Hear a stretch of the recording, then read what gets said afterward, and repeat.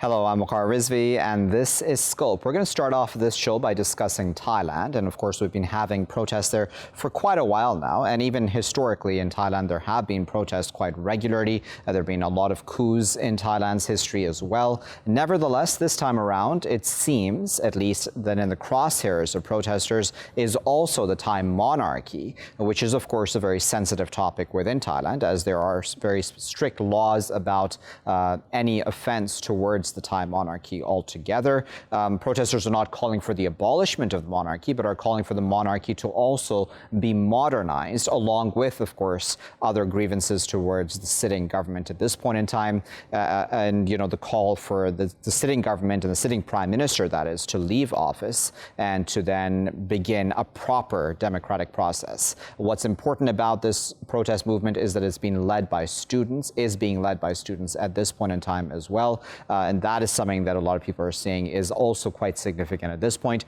Will this actually result in a change? We don't know, because there are now attempts to try to control the protest movement by banning large gatherings with various excuses. Of course, the excuse of the pandemic is the easiest one for many countries around the world in this case. But will this work or not? It doesn't seem to have worked ever since that ban was brought forth in Thailand. Let's discuss all of that a bit further. We're now joined by Kebart, who is a faculty member at Far Eastern University. He's joining us now from Manila in the Philippines. Kebart, thank you very much for your time today.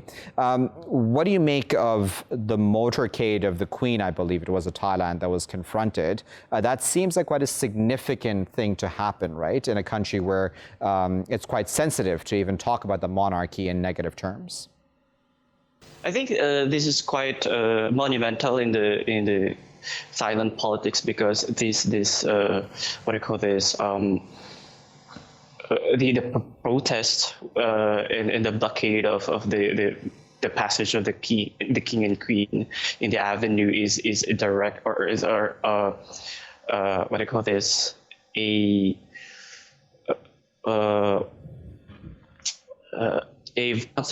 law violation in Thailand. So I think this is very monumental. But let's see what will happen in the next in the coming days, on how will it escalate further. You know, obviously, Thailand, as I said, has gone through a number of coups recently as well in recent years. What do you make of the current government there and how its performance has brought about then these protests by students?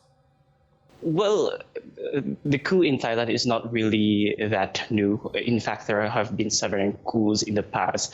But the thing is, this kind of protest today is very new, I think, because of the student-led protests.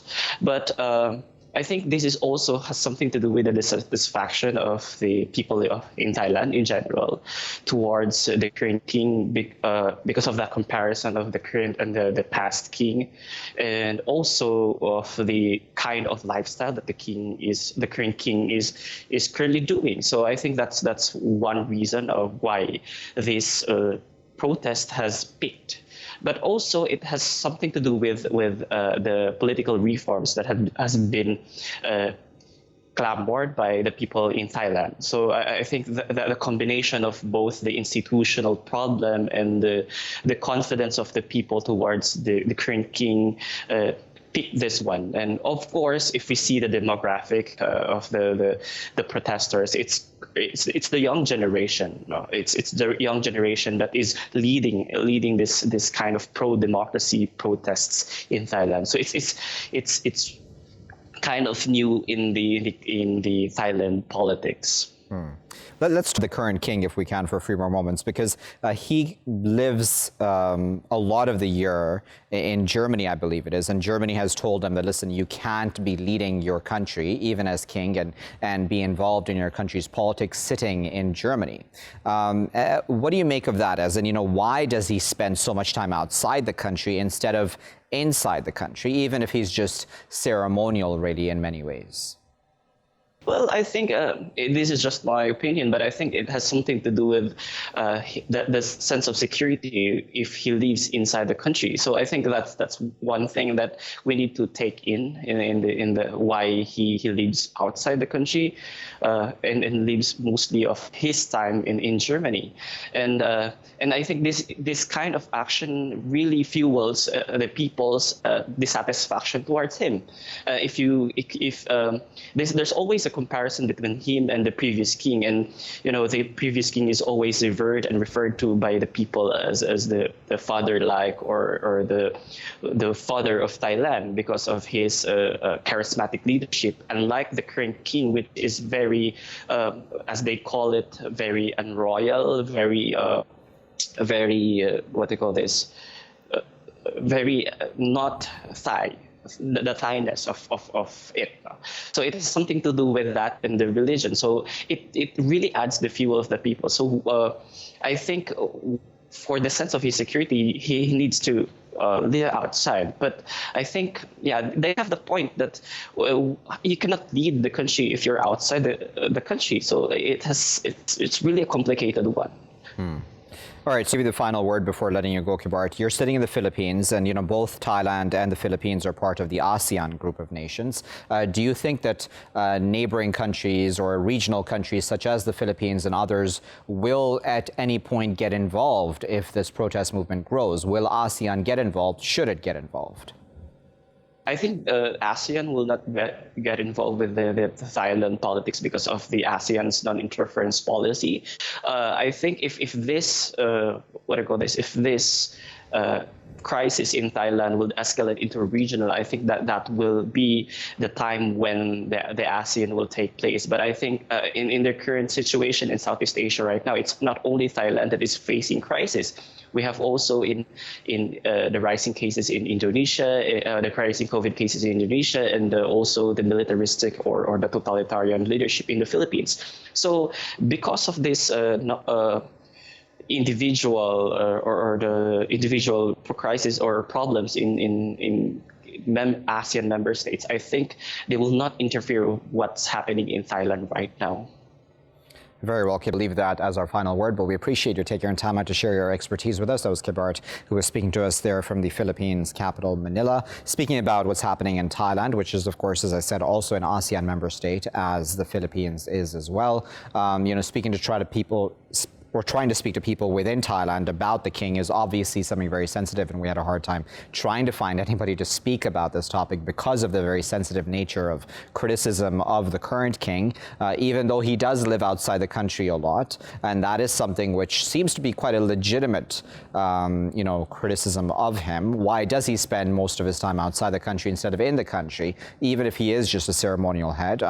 There is, as I said, and there are laws in place to ensure that there is no offense caused towards the king and the monarchy. Nevertheless, protesters led by students are still very much criticizing the monarchy as well, saying it also needs to modernize. Again, they're not calling for the abolishment of the monarchy, saying it does need to modernize, along with, of course, the fall of the current prime minister as well as his government that have been in place. He used to be a military head as well at one point in time, so that all plays into this at this point in time there in Thailand. We'll keep a close eye on that, of course, here in Scope. I'll be back, though, with my next segment after this break.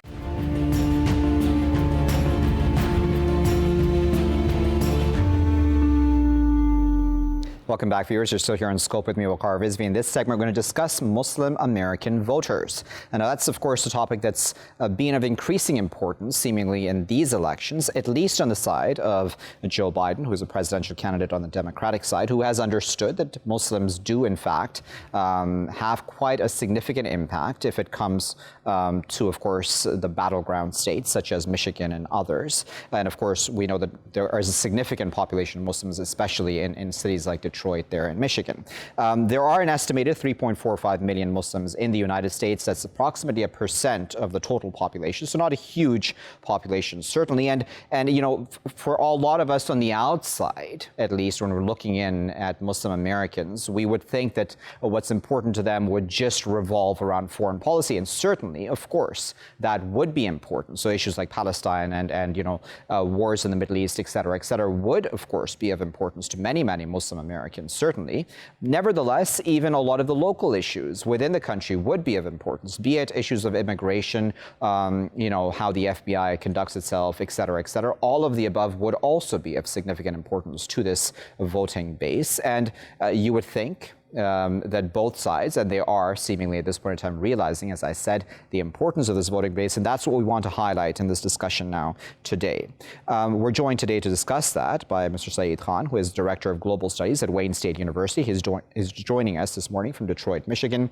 Joining us this morning from Buffalo, New York is Dr. Peter Yacobucci, who is an Associate Professor of Political Science and Public Law Coordinator at the American Democracy Project, and he's also Conflict Analysis Resolution Program Coordinator as well. That's at the State University of New York, Buffalo State.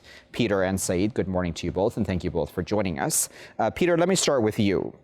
It seems that the Biden campaign, as I said in my introduction, really has understood and is really trying to tap into the Muslim voting base, right? But there have been a few hiccups along the way. I mean, there was a controversy around Linda Sarsour. Now, whether or not one likes her politics or not, nevertheless, she does have significant influence within the Muslim voting base.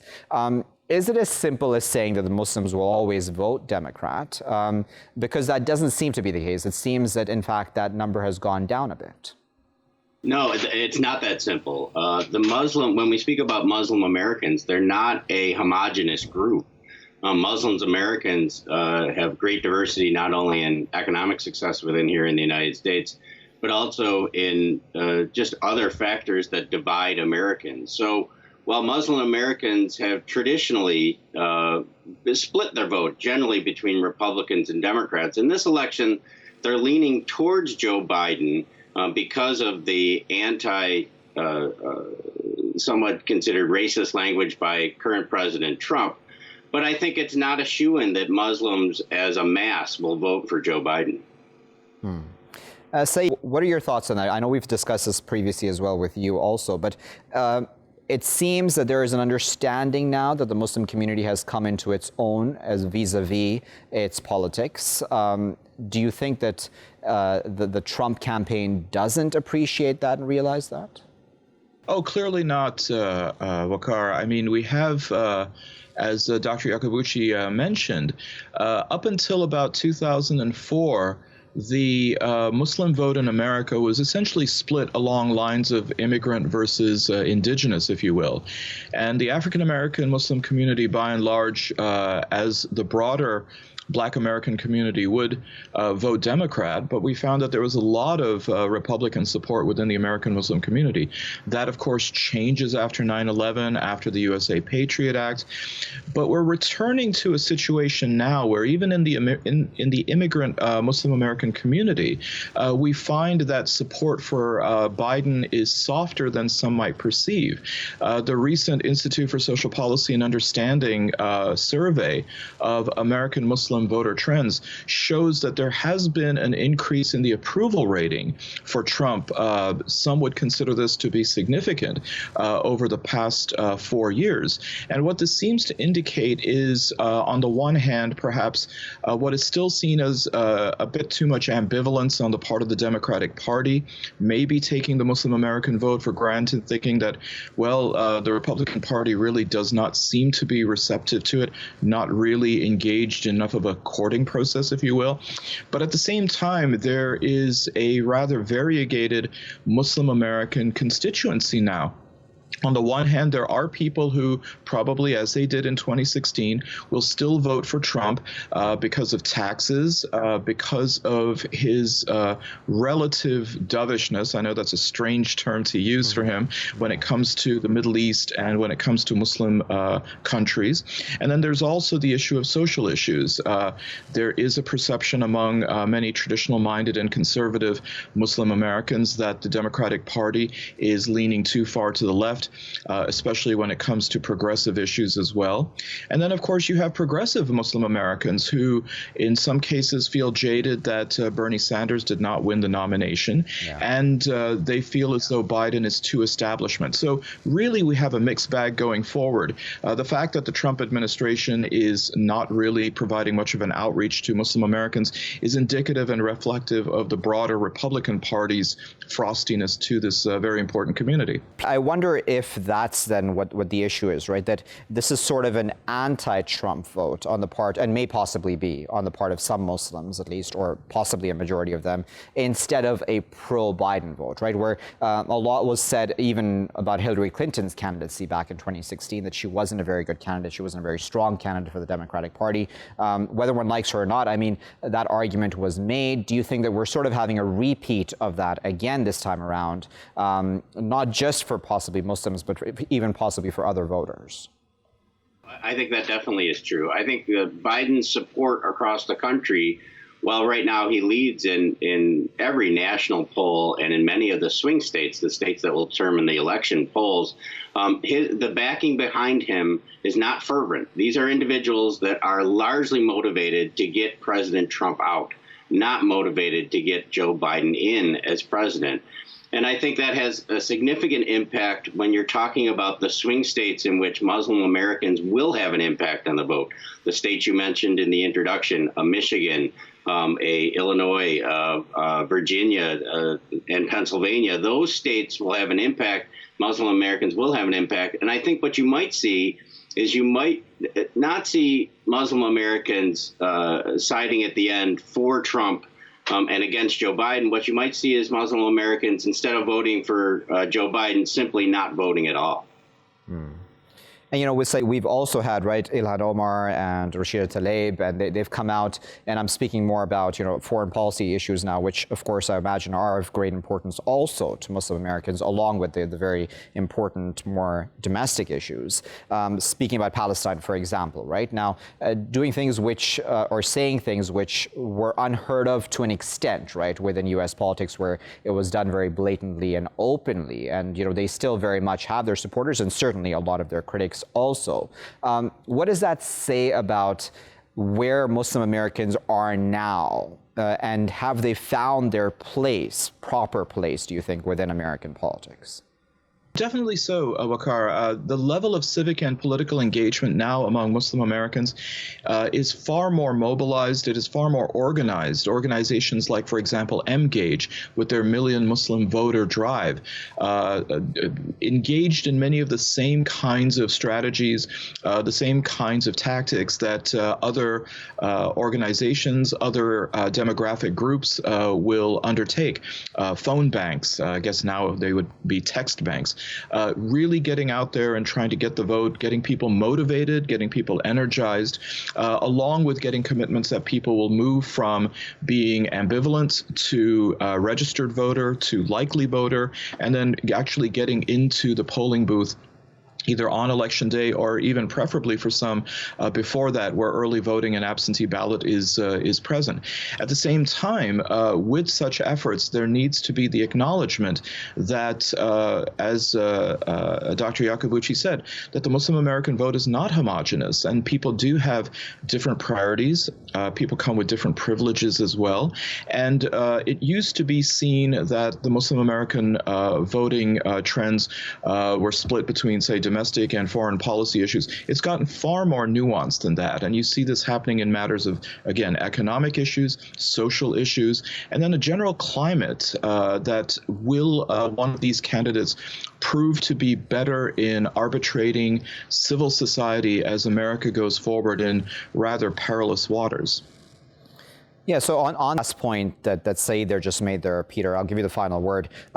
Do you think that the promises that are being made now, right? Because I believe Biden has come out quite strongly now in his outreach to the Muslim community just over the past day or two, I believe, has said that he will, in fact, have the involvement of Muslims within his administration if he were to win at the end of this year. I mean, you know, I would think that that sort of talk has happened in the past, possibly in the time of Obama. I don't remember clearly him saying it, but possibly he did. Will that be enough to address the Muslim American concerns? I mean, because it is, they are just, I mean, if we're completely honest, just 1% of the population. So it's not like they're a huge voting base either. Well, I think you will see the Biden campaign, if they're elected. They will certainly reach out to the Muslim American community, especially in those swing states that may have been the key states to get him elected to the presidency. Now, whether that will translate into policy that is preferred by Muslim Americans is another matter to consider. And as we've noted, there is not a unified policy that Muslim Americans want to see passed. Muslim Americans are incredibly diverse in their interests and their political likes and dislikes. But I think you will see an effort by the Biden administration to reach out to Muslim Americans, if for no other reason, to ensure that to help them with re-election, if it's not Joe Biden running in 2024, if it's Kamala Harris or another Democrat running in 2024, to make sure that group within American politics is secured for the Democratic Party. Very interesting. We leave it there at that, but of course we sincerely appreciate both Saeed and Peter for their time this morning, speaking there about the Muslim voting base within the United States and the kind of impact that they may have in the elections come November. Will it be enough? Will Muslim Americans really have the kind of impact that we're talking about? I mean, certainly they are situated in important swing states at this point in time, especially Michigan, as I said in my introduction as well. But will that also then have an impact on policy making? We did, as I said, have that hiccup with Linda Sarsour early on with the Biden campaign vis-a-vis Palestine and other such issues, which are, of course, also of importance to Muslim Americans, as foreign policy would be for any voting base. Nevertheless, as both of our guests also then alluded to, this is not a homogenous group of people, right? They do have diverse opinions and views, which is completely natural and to be expected.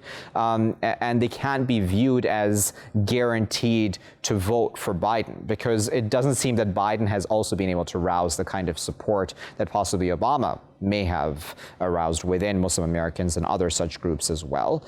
What does that say about the Biden campaign? Is it just, as Peter there said, that the Biden campaign is almost, for lack of better words, using the Muslim voting base just to get into office and won't really necessarily do anything for the Muslim American voting base, which of some of them at least are being gung-ho supportive of him at this point in time, just to get Trump out of office? I'll be back with my final segment after this break.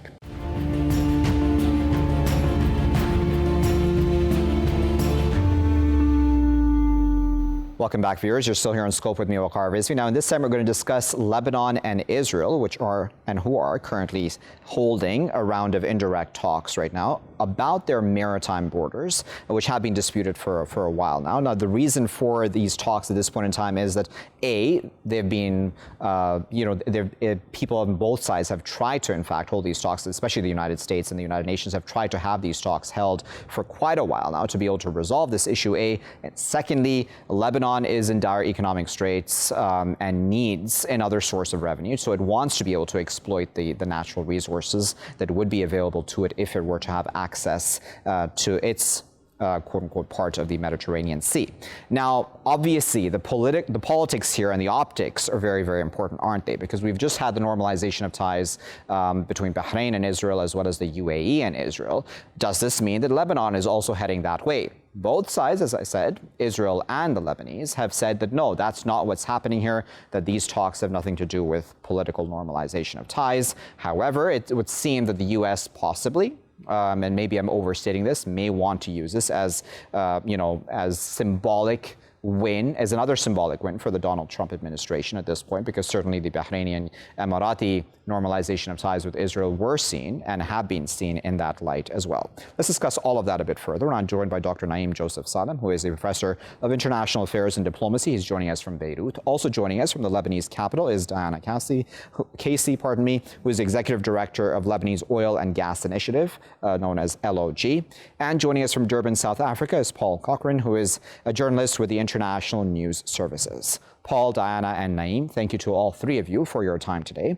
Paul, let me start with you. What do you make of these talks? Would it be fair to say that the politics here is also very important? And what are your thoughts about that? I mean, are we going to, in fact, see at some point in time direct talks between the Lebanese and Israelis? I don't think we're going to see any sort of direct talks for any normalization anytime soon. This is very much, I think, a case of time is ticking over the exploitation, or be able to exploit the gas in the sea. The lack of any agreement and no maritime boundary divisions has been holding up the exploitation of the gas for the last 10 odd years since they were able to find it. And the Israelis were and currently are extracting gas from their huge Leviathan field just on the border there.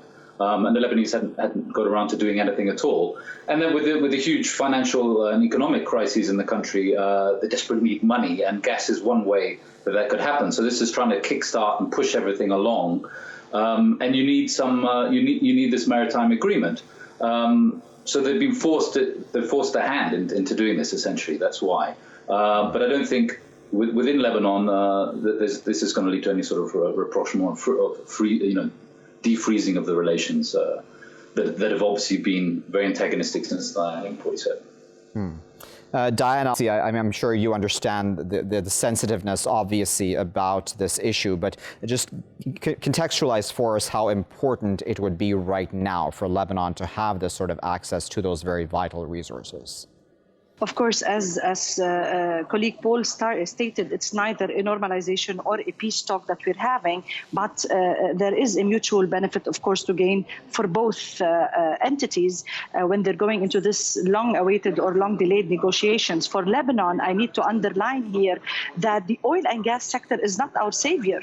Actually, it hardly puts a dent any resources or any revenues that we are going to get over the coming 30 years once we actually do have a discovery, and then we do go move ahead, and there are a lot of challenges in production. It's going to be a very small dent into the national debt. This is not what we're waiting for. Now, there is mutual benefit. Yes, I do understand that. But the most important thing is to understand that Lebanon has already moved through its first licensing round to getting a consortium of 3 big international oil companies to drill in its offshore. So the second drilling, the first one has already happened in the 4th block. The second one is going to happen sometime between now and the end of 2021 in block number 9. So regardless of where the negotiations go, we already have a consortium that is drilling. For the Israelis, it's a totally different playing ground. It is very important for them that these negotiations also move forward because of the security issue. So far, throughout all their licensing rounds, Israel has only been able to capture the attention of a middle-sized, what we call them, international oil companies, Energian and Noble being these, not the international, the big ones. Now, the challenge lays in making sure that all that is going to be drilled near the disputed area has enough or less security risks as much as possible, and this definitely can be procured through such an agreement. All right, Naim, let's talk politics here as well, right? Because as you well appreciate, I'm sure the politics here and the optics are very hard to move beyond, right? And you had Hezbollah and I believe Ahmad as well, and possibly other parties as well, certainly in Lebanon, being concerned about, how the narrative is surrounding these talks. What are your thoughts about that? Well, there seem to be some differences between major groups, political groups in Lebanon. On the one hand, Hezbollah and Amal, or Mr. Berry's party, and then the presidency led by General and the Prime Minister Hassan. But I don't think the differences are substantial or cardinal differences. They are marginal, not essential. In the end, there has been strong pressure put on Lebanon by the American administration, particularly by the current Trump administration, to undertake negotiation with Israel so that Mr. Trump can capitalize on that in his election campaign, that I have done peace between Bahrain and UAE on the one hand and Israel on the other, and now I am doing also negotiation. Peace negotiation. Actually, they're not a peace, of course, but some kind of negotiation related to the demarcation of the oil zones on the common border. And on this particular issue, the Lebanese side did not play into the hands, neither the Israeli nor the American, during the joint meeting which took place in Nakura yesterday. In this meeting, the Israelis and the Americans wanted to take a joint photo between the three groups, the American group and the UN, the Israelis on the one hand, and the Lebanese. But definitely the Lebanese side, the four Lebanese negotiators who were in Naqoura refused that. So that did not play well for Netanyahu and for Trump to say that, well, we achieved something by getting together Lebanese and Israelis into some kind of framework which would lead to peace.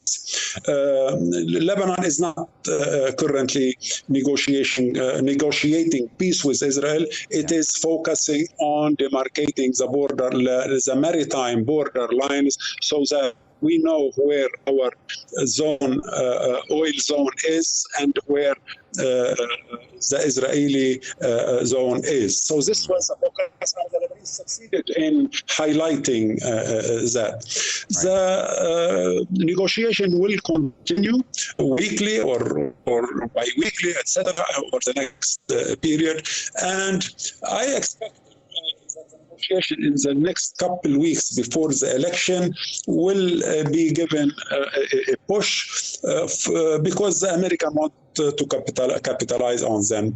Okay. Later on, they may slack, but nevertheless, it is in the interest of both sides, Lebanon on the one hand and Israel on the other, to finish up the demarcation line between Lebanon and Israel, so that Lebanon could start, from our side in Lebanon, we could start exploration in that zone. So we have an interest in this. And the Israeli, on the other hand, of course, they have an interest to do likewise.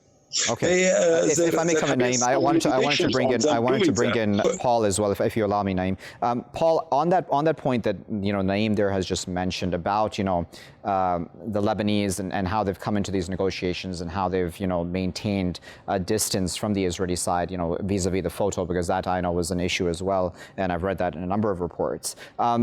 In a sense, and I'm going to very blatantly ask this, do you think the Lebanese have in some senses been played by the Trump administration into coming to these negotiations at this time? Because it just seems the timing, at least for a country that does not want to normalize ties, at least according to its stated goals, it seems really bad timing in that sense, doesn't it?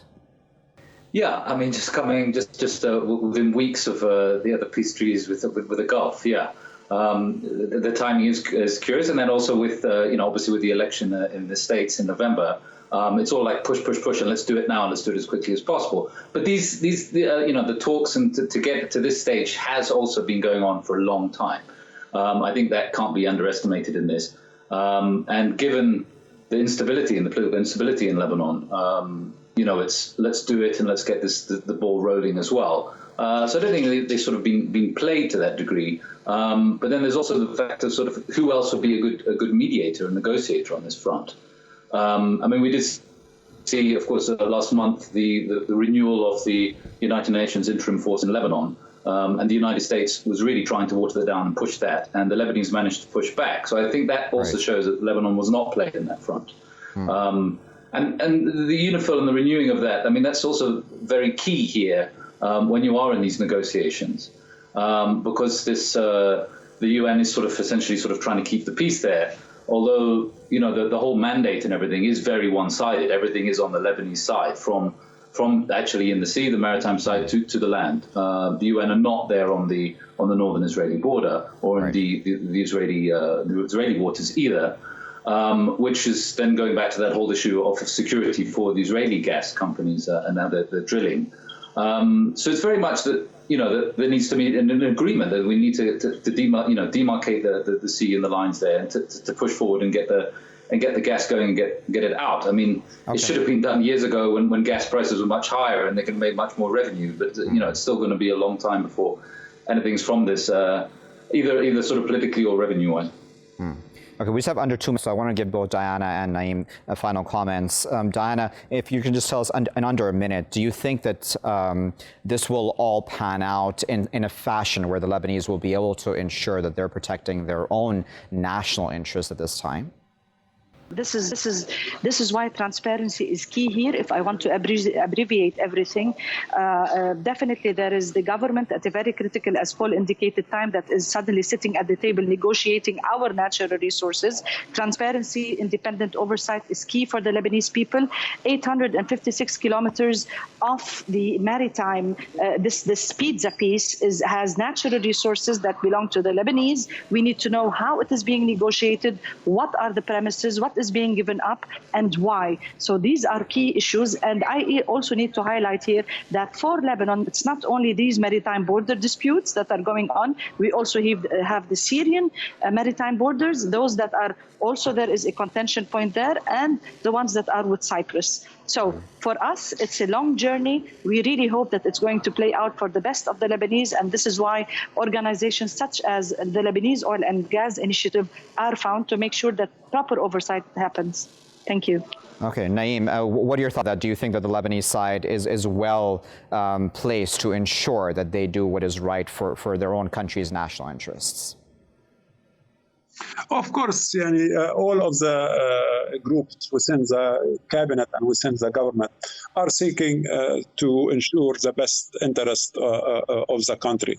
I myself do not necessarily see that we will get into a finalized agreement with Israel. But it may happen, it may take place, because there are, as I mentioned before, there are interests for both sides in this. And I think the other factor here is that we have been under sanction, direct or indirect sanction in Lebanon for many years, including by the United States. And the Total, French Total oil and gas companies, which came earlier this year and started digging off the coast of Safra between Beirut and Jubail region. They were supposed to drill off the coast of Lebanon up to 3,200 meters below the water surface. Right. And ironically, they suddenly stopped at 1,700 meters, and they said, "Well, it is not clear yet." But the planning was to go all the way to 3,200 meters, and there are strong indications that there are oil and gas in that region. Right. They stopped, I think, because American pressure, Total, French company, not to go ahead and finish the... Yeah, and no, that's I will have to, unfortunately, I do as Naim to cutting you off there, but that's a very good point to end off on, the American role in all of this, both as mediator in these talks and, of course, overall, historically with Lebanon. We appreciate Naim, Diana, and Paul for their time today, and, of course, for sharing their expertise with us, for taking their time out of their busy schedules to do that. There's a situation with Lebanon and Israel in these talks. A lot is being made of it, right? Because, again, as I put to all of our guests, the timing is very interesting, and it's come right after essentially the Bahrainis and the Emiratis also normalized their ties with the Israelis. The Lebanese are saying they're not planning to do that. Even the Israelis have said that this is not what these talks are about. Nevertheless, the politics is hard to escape. On top of that, though, of course, as Diana there said and contextualized for us as an energy expert, this is actually more important for the Israelis to achieve, because they do need to exploit these resources in the Mediterranean Sea more than the Lebanese do, because the Lebanese would not see benefits for at least a number of years down the line. The Israelis possibly may be able to do so quicker. So which side really gains in all of this? Is this already worth it for Lebanon at this point in time? Those, of course, are the open questions we leave for you to decide. I'll leave it there for now. I've been Waqar Rizvi. Thanks for watching.